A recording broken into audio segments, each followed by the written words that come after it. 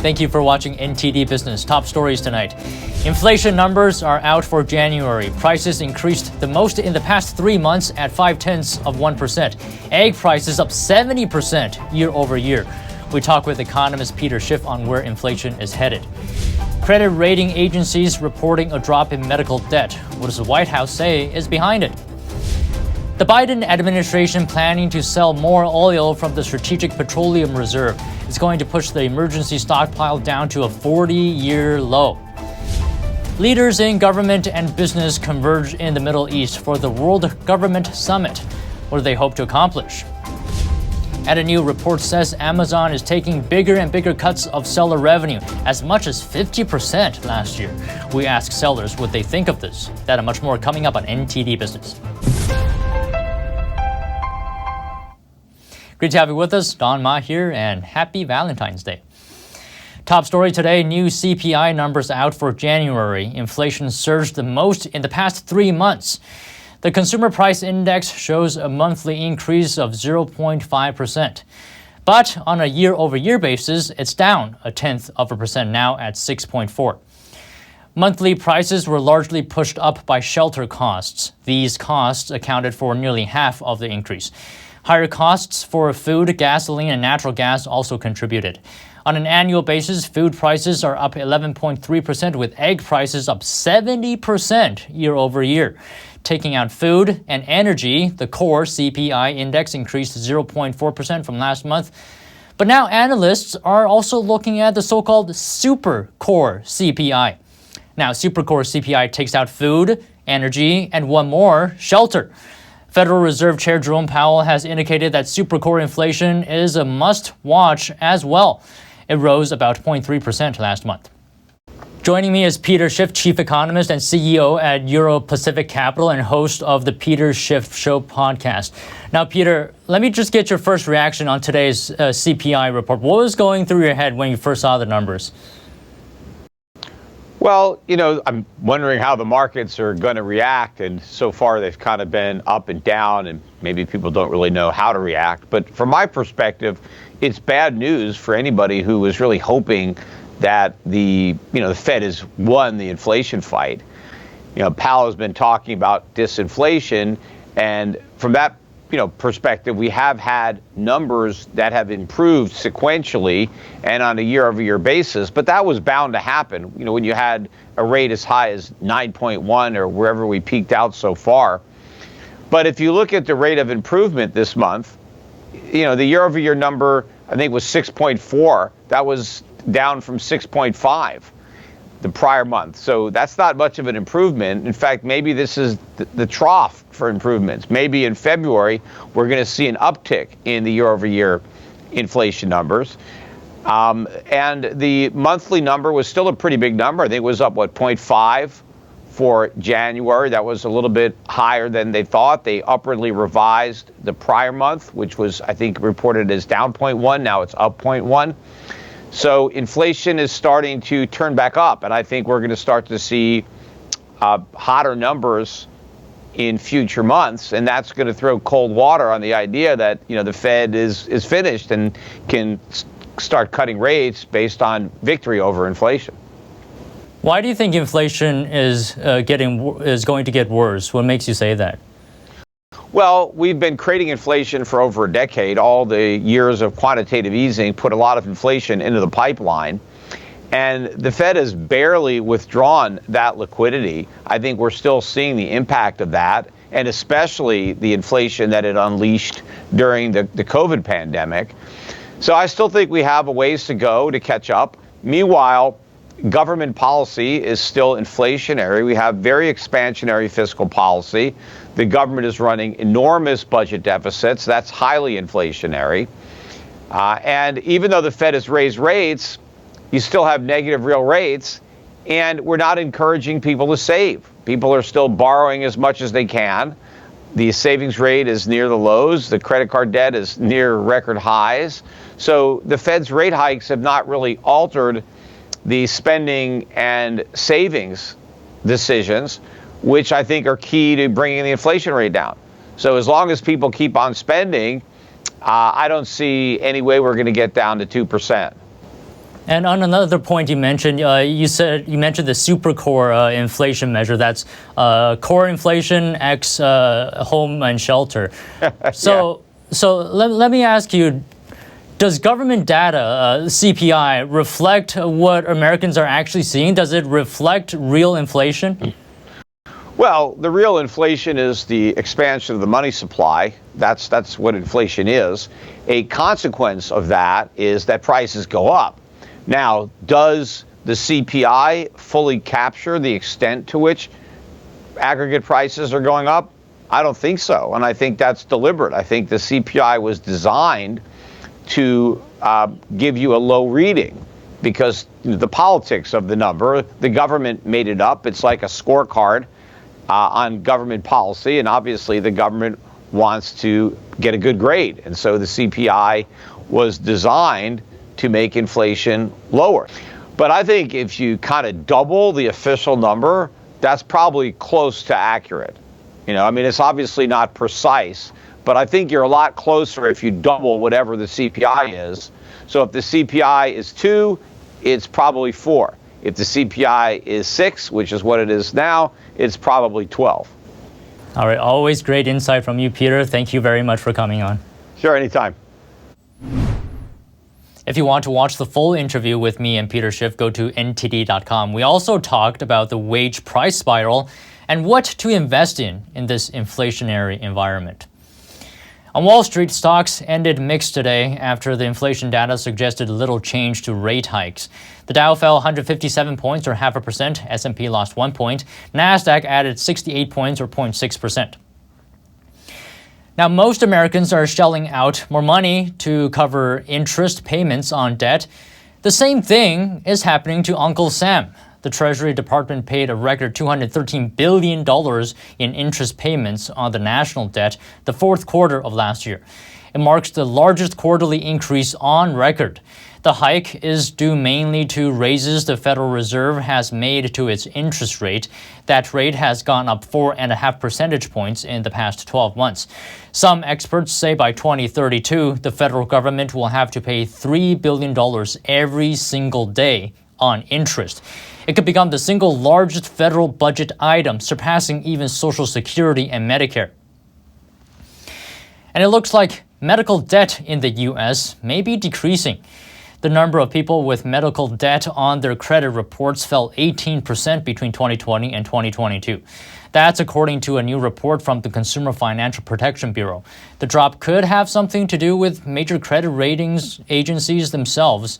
Last year, major agencies said they would no longer report medical debts under $500. They're also giving families more time before adding medical debt to reports. The Biden administration is taking credit for the drop. Here's the press secretary today.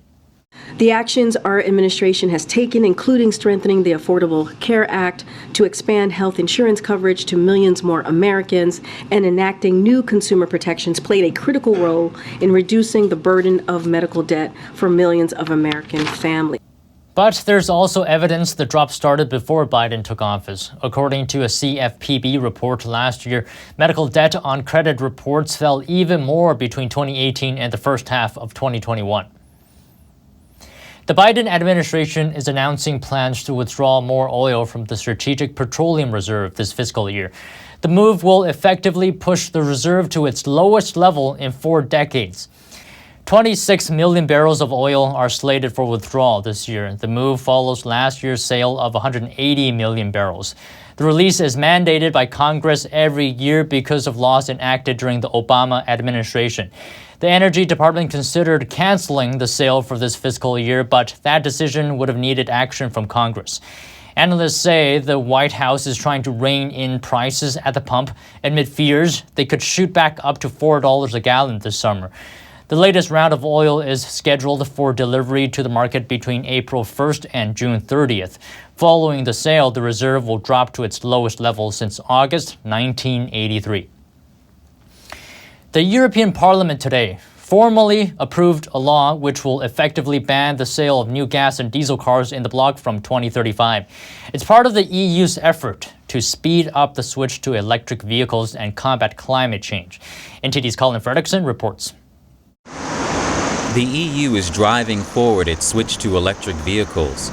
On Tuesday, the European Parliament approved a law to effectively ban the sale of new gas and diesel cars from 2035. It's part of the bloc's effort to speed up the transition to electric vehicles. The industrial revolution is happening, whether we like it or not. We can choose to lead it. We can choose to do it in a way that is socially compatible with our values, or we can leave it to other parts of the world to lead it, and then all we can do is follow and deindustrialize. We need to rebuild our industry on the basis of the future, and the car industry can lead this if you vote for this proposal today. The rules mean car makers must eliminate CO2 emissions from new cars sold by the middle of the next decade. The law will also set a 55% cut in CO2 emissions for new cars sold from 2030 compared to 2021 levels. That is much higher than the current target of around 37%. EU countries agreed to the deal with lawmakers last October. Final approval by member states is expected in March. Colin Fredrickson, NTD News. Many car makers in Europe have invested heavily in electrification.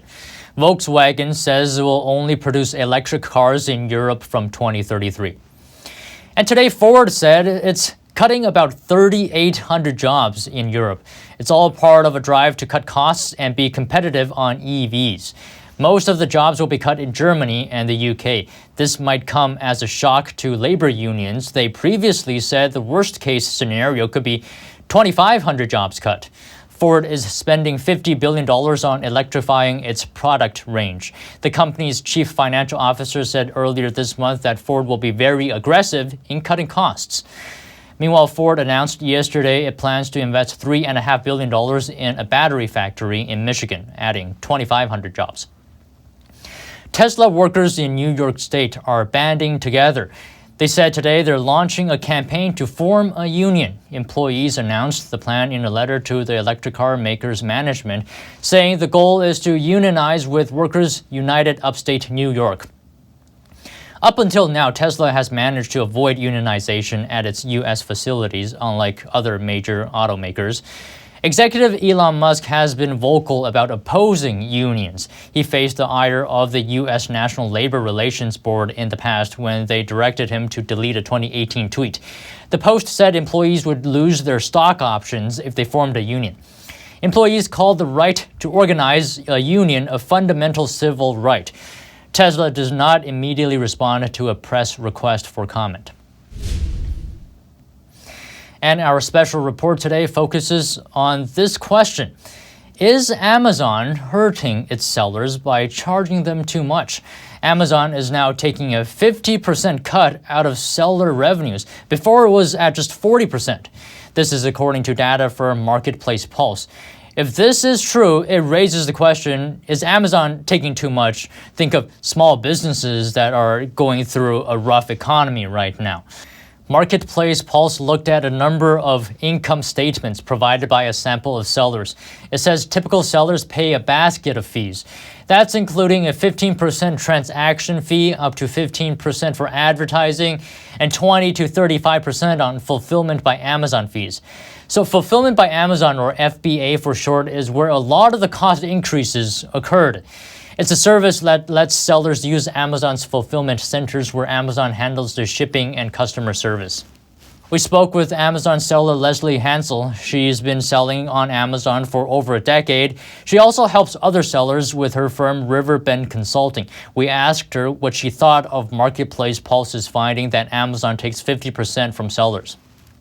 That broad claim is a little bit aggressive because a huge portion of sellers on Amazon are actually resellers. If you're a reseller, you are not investing in pay-per-click advertising. Yes, the fees for Amazon FBA have risen in the last few years. A lot of that was fuel costs that went up, employee costs that went up in the warehouse. But if as a seller, you're fulfilling yourself, your costs went up for your own operation as well. So I think there's a little bit of drama here. And where are price increases coming from other than fulfillment by Amazon? Hensel points to competition from Walmart. Walmart has invested significantly in its online operations in the past few years. Amazon may see it as a threat. And we spoke to someone who believes Amazon is helping third-party sellers and small businesses. Steve Anderson researched Amazon extensively and wrote the book, The Bezos Letters. Anderson argues that third-party sellers get access to Amazon's customers, its various services, and its platform. And on its platform, they even get to compete with Amazon itself. The whole idea of allowing third parties on your website is very counterintuitive. In fact, very few businesses have followed Amazon's either lead or craziness in allowing those sellers to compete directly with them on their site. Was it brilliant? Well, it certainly brought in a lot more customers and a lot more sellers. Is that model changing now because of economic realities? Maybe. We spoke with marketing expert Rudy Moore, who advises clients that use Amazon. Moore believes paying Amazon 50% can work for a seller if the seller has super high volume, super high margin products. In his experience, the Amazon costs are usually between 30 to 50%. 50% is definitely on the higher side, right? Like when we're advertising with other platforms, Facebook and Google, we're trying to look for like a 4 times ROAS, right? A 4 times ROI, which would be 25%, right? 50%, the only way I would do that is if I know it's a repeat order, right? Where I pay and then the customer's going to come back 10 more times. We spoke to another Amazon seller, Andrew Cherlin. He sells industrial products on Amazon and to Amazon as well. Cherlin says the Marketplace Pulse headline is a bit misleading. He says it can be the case Amazon takes 50% or in some cases even more, but sellers pay a lot of that because they want to, not because they have to. A lot of the other fees, whether it's advertising, whether it's fulfilled by Amazon, those are optional. You can use other service providers to ship your product. You can advertise through other online or non-online channels like Facebook or TikTok or what have you. It just so happens that Amazon plays in those categories too, and some sellers choose to go that route. So from Marketplace Pulse's perspective, its founder says the Amazon fees are hurting small businesses' profit. He says these small businesses still have to pay for inventory, offices, and employees. We reached out to Marketplace Pulse, but didn't hear back before airtime. The 2023 World Government Summit is happening right now in the United Arab Emirates. The organization aims to shape the future of governments. NTD's John Marshall has more details. The World Government Summit is currently taking place, although you probably haven't heard about it. It's hosted by the Vice President and Prime Minister of the United Arab Emirates. Similar to the World Economic Forum, it focuses on areas like globalization, ESG, climate change, tech and economics, and the inclusion of robots and AI in the world. Your Highnesses, Your Excellencies, esteemed participants. Among the 200 plus speakers was Klaus Schwab, economist and founder of the World Economic Forum. He made predictions about the future of technologies that are changing the world today. I wrote in 2015 the book, The Fourth Industrial Revolution, and I mentioned 23 or 24 technologies which will change the world, like crypto and so on and so on.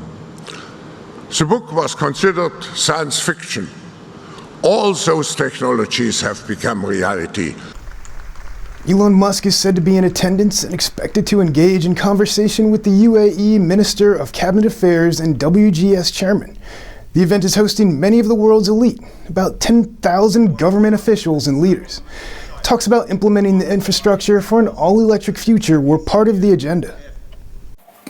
The question is now that we don't have the infrastructure that really make possible for renewables to go and the speed and scale that is needed. I'm talking about the physical infrastructure. We are talking about the legal and policy infrastructure. We are talking about the institutional capacity and professional skills. The event will run through Wednesday, February 15th. Sean Marshall, NTD News. The largest auto show in North America is happening now. It is the 2023 Chicago Auto Show. The latest and greatest offerings from 27 car manufacturers is attracting thousands of visitors. Let's take a look. The 2023 Chicago Auto Show is not as big as before the pandemic, but it still has vehicles for each market segment. Hyundai Palisade won Family Vehicle of the Year at the show. It is best known for safety features, including forward collision avoidance and highway drive assist. Miles Johnson, senior manager at Hyundai, added that the vehicle's motion detection feature is important for families with babies. So it also has a rear occupant alert that detects motion of a small child if you accidentally had forgotten and walked away from your vehicle. It will honk the horn and flash the lights and also send you a text message notification letting you know that the rear occupant alert has gone off and you need to come back to your vehicle. For racing car enthusiasts, Ford unveiled its most powerful track-focused model, the 2024 Ford Mustang Dark Horse. This new Dark Horse behind us is absolutely our top handling, our most powerful 500 horsepower manual transmission. We're excited to bring this to all of our enthusiasts. The model is tailored to millennials, with over half of the car's width being the screen. We put in the same engine, software engine, into the vehicle so that the displays arguably emulate the video games that folks grew up with. For someone looking for a luxurious experience with power, BMW debuted its first ever BMW XM model. It's a hybrid vehicle with 644 horsepower, the most powerful sports activity vehicle BMW has ever made. So it's got an electric motor inside the transmission and a 4.4 liter twin power turbo V8 under the hood. Those two drivetrains together, it's going to be 0 to 60 in 4.1 seconds, but you also get a 30-mile range of the electric driving. You can drive up to 87 miles on pure electric drive. For people who are not ready to dive into the electric vehicle market, Hyundai launched a new short-term EV subscription program, the Evolve Plus. This is a new loan-free way to drive an EV without a long-term commitment. The customer can search for EVs available at nearby Hyundai dealerships. When one catches your eye, you create an account. Next, the app will quickly review your credit and driving record. And once approved, you can select the terms and reserve your vehicle. It's now waiting for you to pick up at your local Hyundai dealership. This year's show also offers more test tracks for visitors than in prior years. Additionally, visitors get to see a variety of antique cars. The show will continue through February 20th. Reporting by Angela Moy, NTD News, Chicago. And that's all today from the NTD Business team and myself, Don Ma. You can follow me on Twitter too if you're there. And if you have any news tips or feedback for the show, you can email us at business@ntd.com. Thank you for watching. We'll see you tomorrow.